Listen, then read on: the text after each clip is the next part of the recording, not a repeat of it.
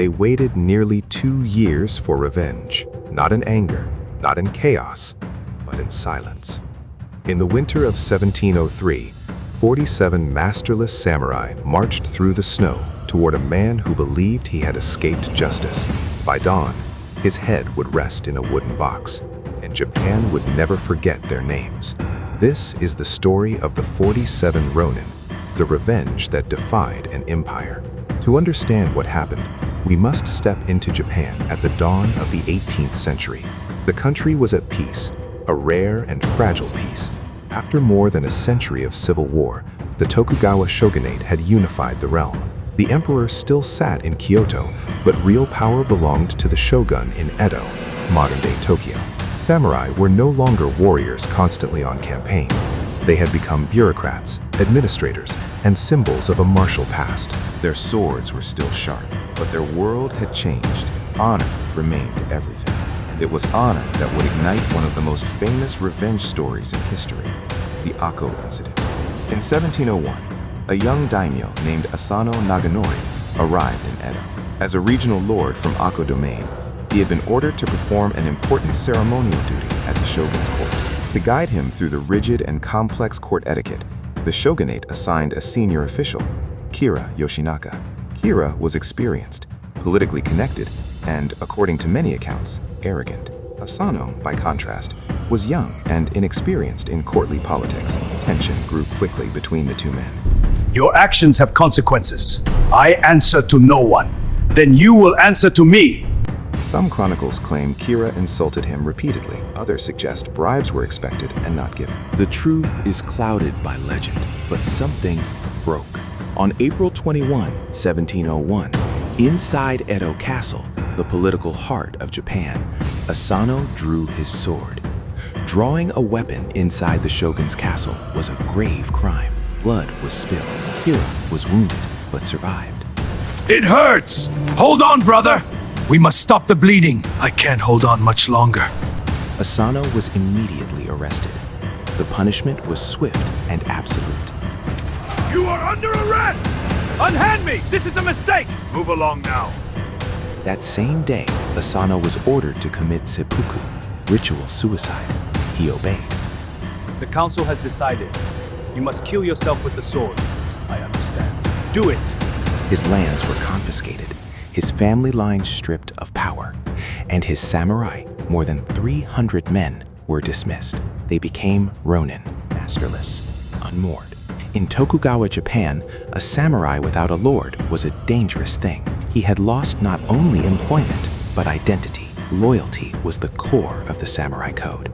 Without a master, what remained? Most of Asano's former retainers dispersed. Some took up farming, some sought new lords, but a core group, led by Asano's chief counselor, Oshi Yoshio, began to ask a forbidden question. Why was Kira still alive? Kira had provoked Asano. Kira had survived, yet only Asano was punished. The law had spoken, the shogunate had decided, but honor had not.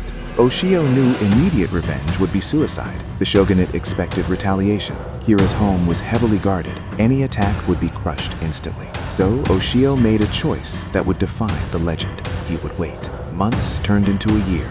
The Ronin scattered publicly. Some became merchants. Others took menial jobs. Oshio himself descended into apparent disgrace. He divorced his wife to protect her. He sent his children away. He drank heavily in Kyoto, frequenting taverns, allowing himself to be mocked as a fallen samurai. Spies watched him. Kira's agents reported back. The Ronin were broken, humiliated, finished, exactly as Oishi intended. Behind the facade, plans were forming. 47 men swore an oath in secret. They would avenge their lord, even if it meant death. Our course is set. We honor the code. The shadows gather. We must be ready. Rise. Under Tokugawa law, revenge killings were not automatically forbidden, but they required permission. The Ronin did not seek permission. They understood the likely outcome. Even if successful, they would be ordered to commit seppuku. This was not about survival. It was about restoring honor, theirs and their lord's. By late 1702, Kira's guard had relaxed. Believing the threat gone, he dismissed many of his retainers. Oishi received the news. The time had come. On a freezing December night, snow falling over Edo, the 47 Ronin assembled. They split into two groups and surrounded Kira's mansion.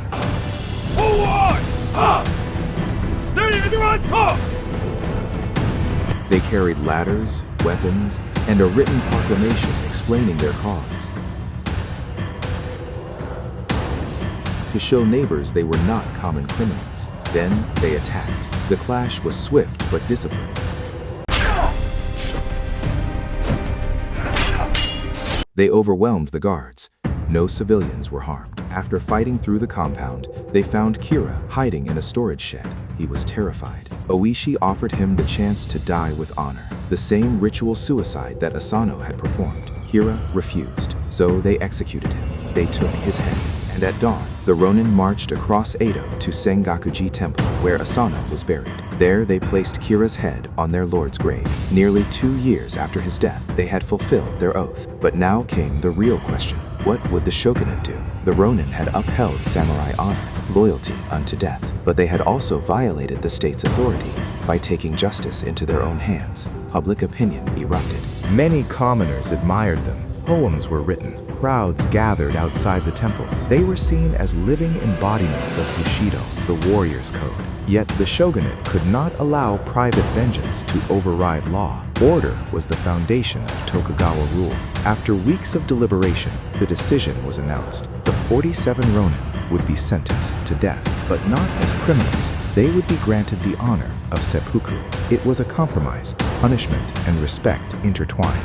In February 1703, the Ronin performed ritual suicide, each at the residence of different daimyo assigned to oversee them. They died as samurai. They were buried beside their lord at Sengakuji, and that might have been the end. But legends have a way of growing. The story spread quickly through Japan. Within months, playwrights began adapting the tale for the stage. Because criticizing the government directly was forbidden, the story was disguised and relocated in time. It became known as Chushingura, the treasury of loyal retainers. Audiences wept. The Ronin became symbols of ultimate loyalty. But historians still debate. Were they heroes or vigilantes? Was this a triumph of honor or a dangerous challenge to centralized authority? The Tokugawa shogunate survived for another 165 years. Stability was preserved. Yet the Ronin's story subtly reshaped the meaning of Bushido. Their actions emphasized loyalty above all else, even above obedience to law. In later centuries, especially during Japan's modernization in the 19th and 20th centuries, the tale would be revived again and again. It became a moral lesson, a nationalistic symbol, and eventually a cultural myth. Even today, visitors leave incense at their graves, but strip away the myth. And what remains? A young lord who lost control. A political system balancing order and honor. 47 men who chose death over disgrace, and a government forced to navigate between justice and legitimacy.